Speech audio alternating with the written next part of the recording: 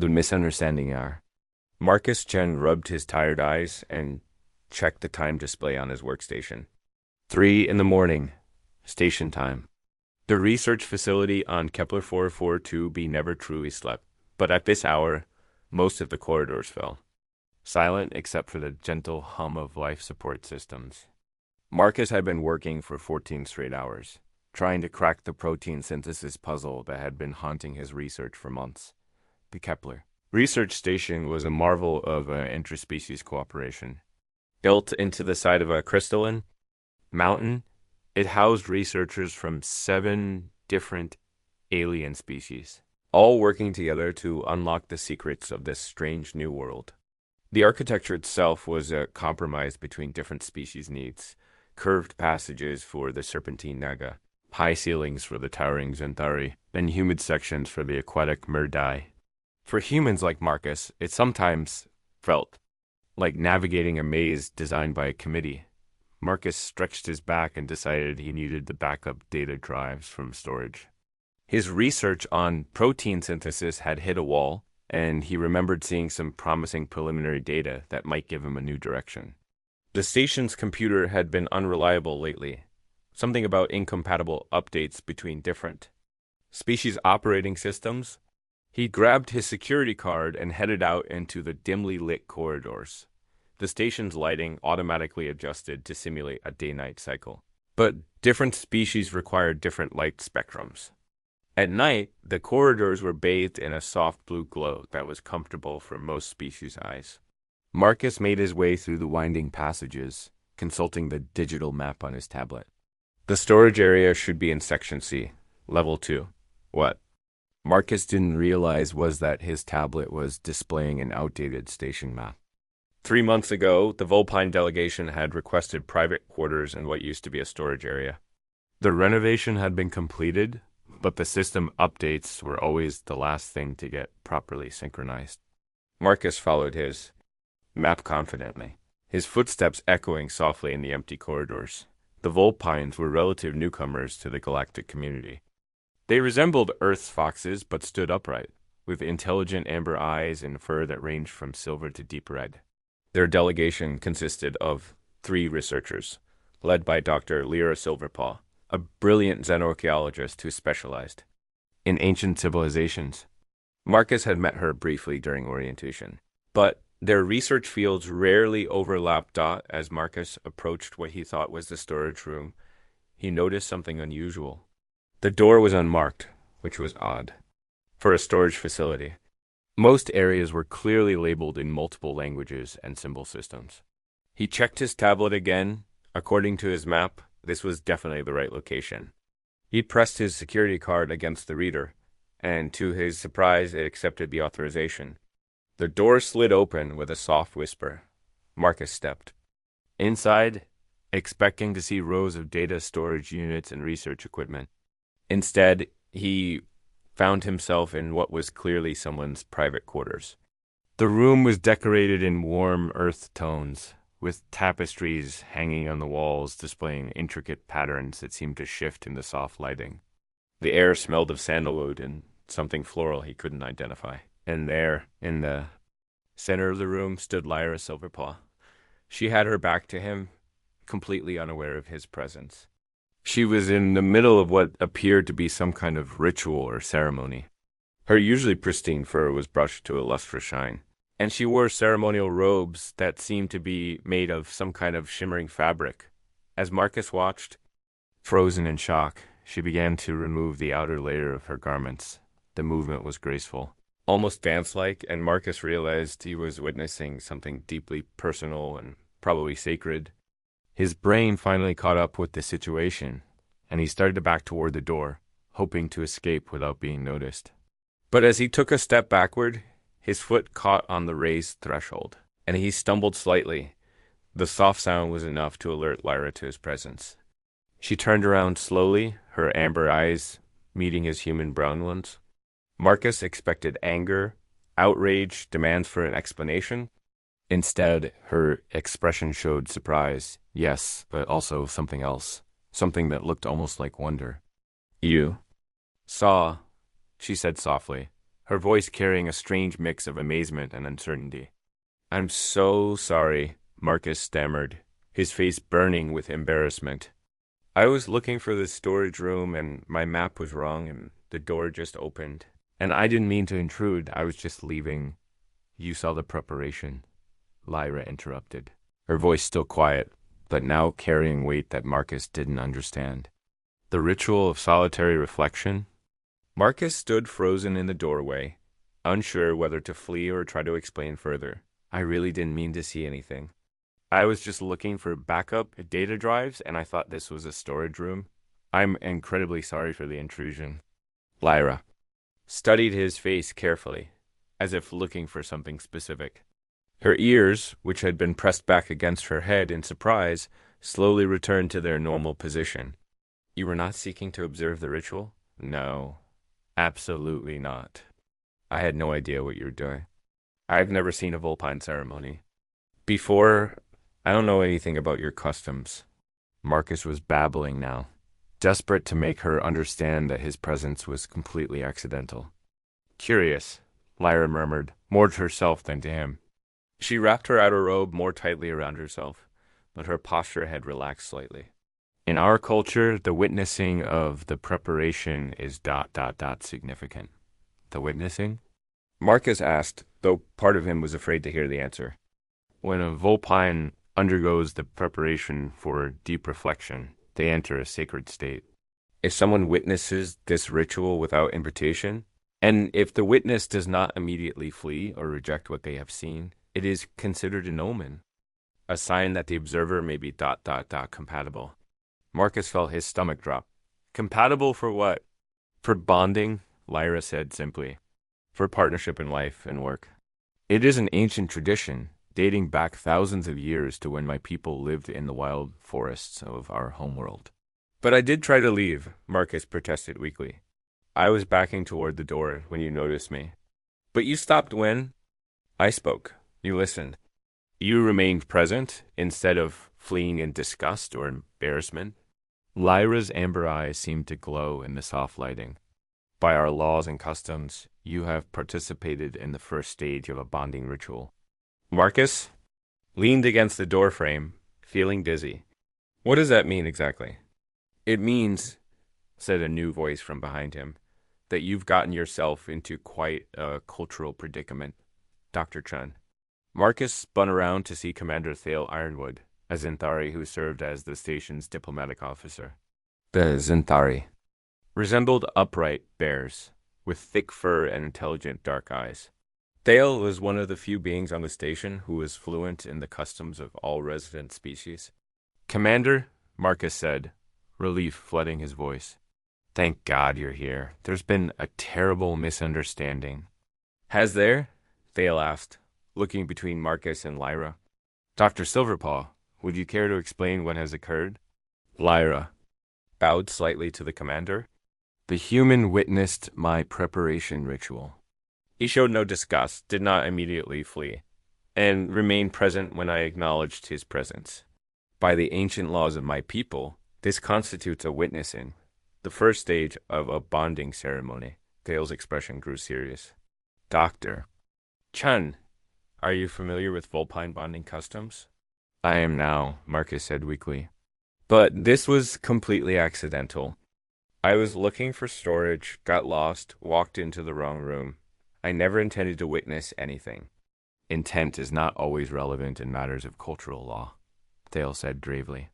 "Dr. Silverpaw, what would be the consequences if Dr. Chun were to reject the witnessing?" Lyra's ears flattened against her head. "It would be considered a grave insult, not just to me personally, but to my family and my entire delegation. Such a rejection would suggest that humans find Vulpine customs primitive or worthless. It could damage relationships between our species." For generations, Marcus sat down heavily on a nearby chair. "So my options are to participate in an alien bonding ritual or potentially damage human-Vulpine relations." "That's an oversimplification," Thale said, "but not entirely inaccurate. However, you should understand that Vulpine bonding rituals are not what humans might assume. They are primarily intellectual and emotional exercises designed to determine compatibility of minds and spirits rather than physical compatibility. What would I have to do? Marcus asked, looking between Thale and Lyra. Lyra spoke up, her voice gentler now. The next stage would be the trial of understanding. You would need to demonstrate knowledge of our culture, our values, our way of thinking. It is not easy, even for other Vulpines. Many partnerships fail at this stage. And if I fail the trial, then the bonding ends naturally, with no insult to either party. Failure in the trial of understanding is considered a sign that the initial witnessing was misinterpreted. By the spirits, Marcus looked at the two aliens, his mind racing. On one hand, this was completely insane. He had come to Kepler 442b to study protein synthesis, not to participate in alien courtship rituals. On the other hand, the diplomatic implications were serious. The Vulpine delegation represented an entire civilization that was just beginning to engage with the broader galactic community. Insulting them could have far-reaching consequences. But there was something else, something he was reluctant to admit even to himself. During his brief interactions with Lyra during orientation and station meetings, he had been impressed by her intelligence and dedication to her research. She was clearly brilliant, and her work on ancient civilizations complemented his own research in interesting ways. If this ritual was truly about intellectual and emotional compatibility rather than romance, maybe it wouldn't be so terrible. How long do I have to decide? Marcus asked. Traditionally, the witness has until the next sunset to either reject the witnessing or begin the trial of understanding, Lyra replied. Thale checked his chronometer. That gives you about 18 hours station time. I would recommend using that time to learn as much as you can about Vulpine culture, whether you decide to proceed or not. Understanding their customs will help. You make an informed decision? As Marcus walked back to his quarters an hour later, his mind was spinning with information. Thale had provided him with a comprehensive database on Vulpine culture, customs, and bonding rituals. Lyra had answered his questions with patient grace, showing no sign of embarrassment about the situation. What struck him most was how different Vulpine bonding was from human concepts of marriage or partnership.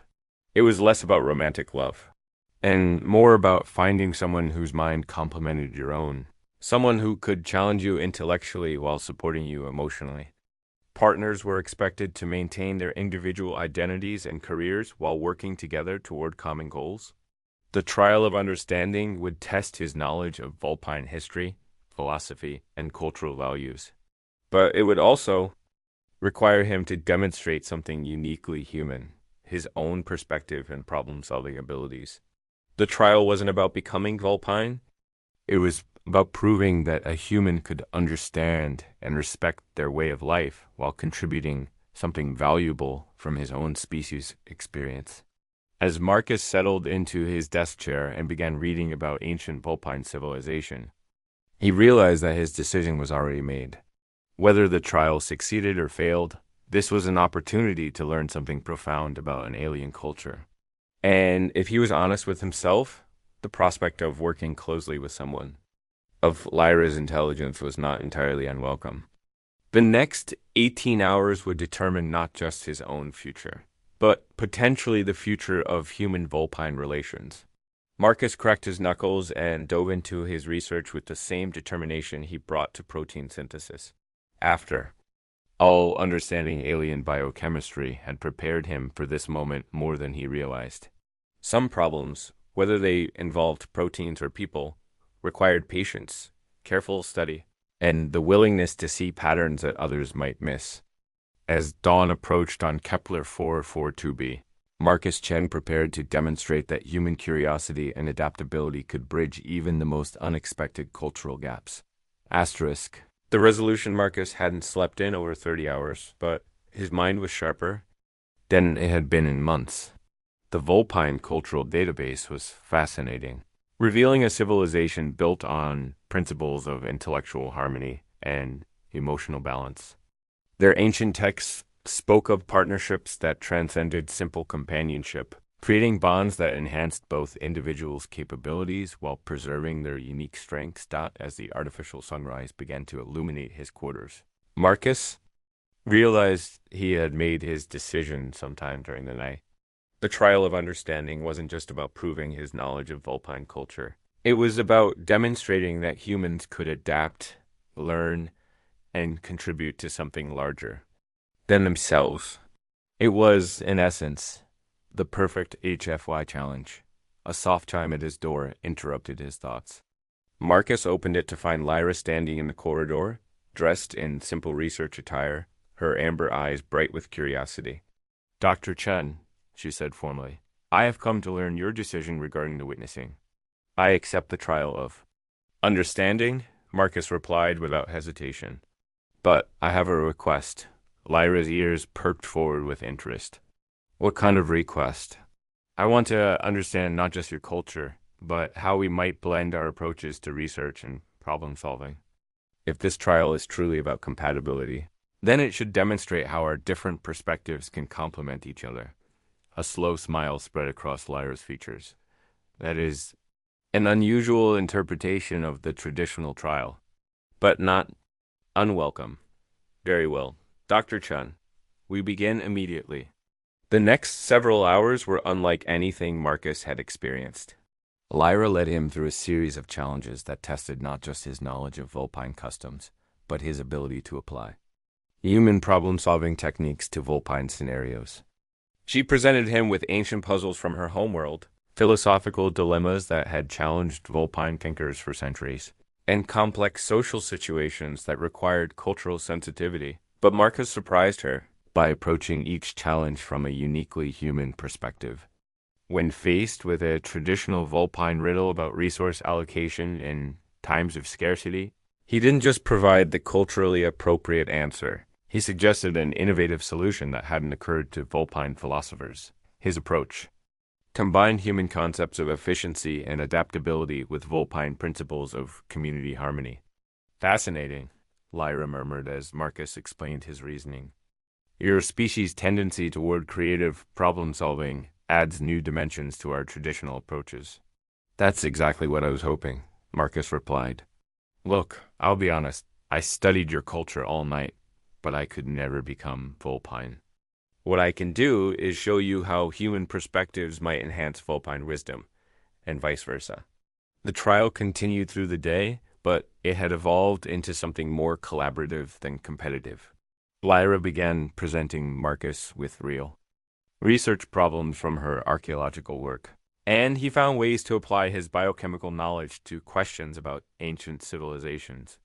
Meanwhile, Marcus shared some of his protein synthesis challenges, and Lyra's understanding of pattern recognition in historical data provided unexpected insights. Commander Thale observed portions of the trial, as tradition required, and Marcus noticed the Zenthri's expressions growing increasingly interested as the day progressed. This was clearly not following the usual pattern of Vulpine bonding ceremonies. As evening approached, Lyra led Marcus to a special chamber designed for the final phase of the trial. The room was circular, with walls covered in bioluminescent panels that responded to sound and movement. At the center stood two chairs facing each other, surrounded by a complex array of sensors and displays. "This is the Chamber of Minds," Lyra explained. "The final test requires us to work together on a problem that neither of us could solve alone. The chamber will monitor our collaboration, measuring how well our thought processes complement each other." "What kind of problem?" Marcus asked, taking a seat. "Something new," Lyra said, her eyes bright with excitement. "I have discovered anomalies in the ancient ruins we've been studying. The architectural patterns don't match any known Vulpine construction techniques, but they're too sophisticated to be from a primitive civilization. I believe we may have found evidence of a previously unknown advanced species." Marcus leaned forward, his scientific curiosity immediately engaged. "What kind of anomalies?" Lyra activated Chamber's displays, filling the air around them with three-dimensional holographic representations of the ruins. Marcus could see immediately what she meant. The structure showed a level of precision and complexity that suggested advanced technology. But the design principles were unlike anything in the galactic database.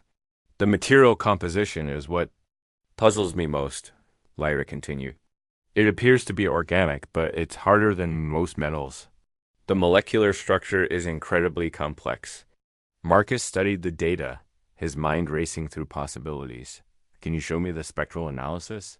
As the chemical composition data appeared in the air between them, Marcus felt a familiar excitement building. This was the kind of puzzle he lived for, and having Lyra's archaeological expertise to provide context made it even more intriguing. Lyra, he said slowly, I think your ancient architects might have been biochemical engineers. Look at these protein chains. They're not naturally occurring, but they're not synthetic in the way we understand the term either. They're grown, cultivated, designed at the molecular level. Lyra's ears stood straight up with excitement. Grown architecture? Is such a thing possible?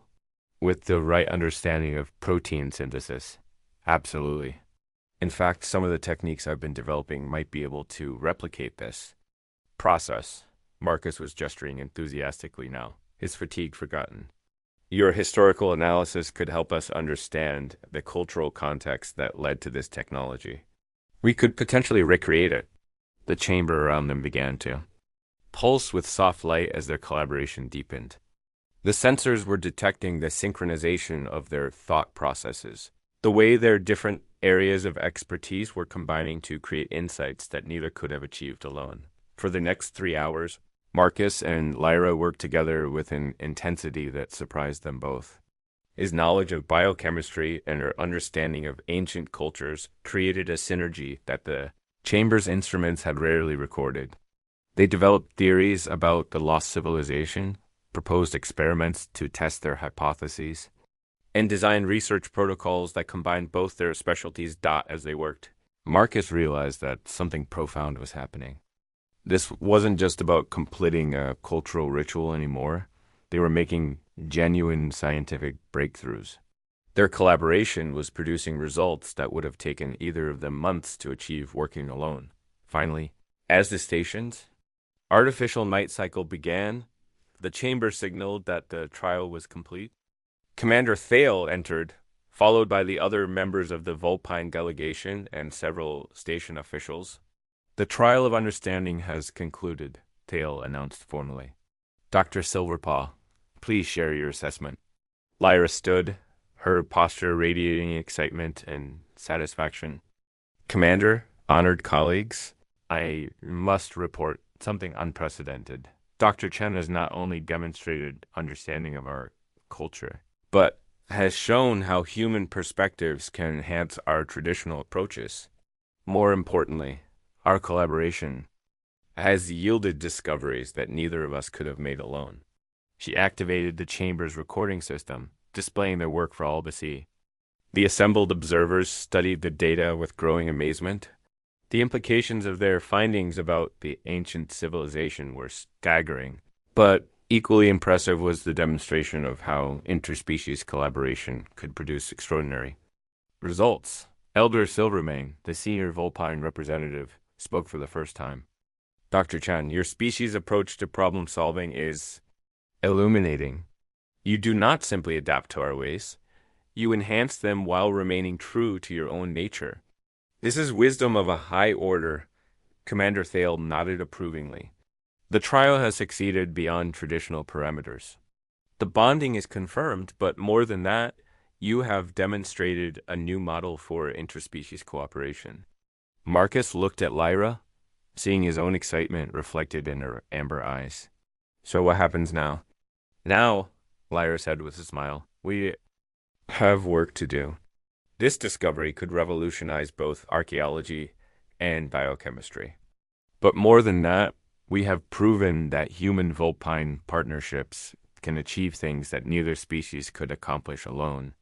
Over the following weeks, Marcus and Lyra's collaboration became the talk of the research station. Their joint project attracted attention from across the galaxy, and their methodologies began to be adopted by other interspecies research teams.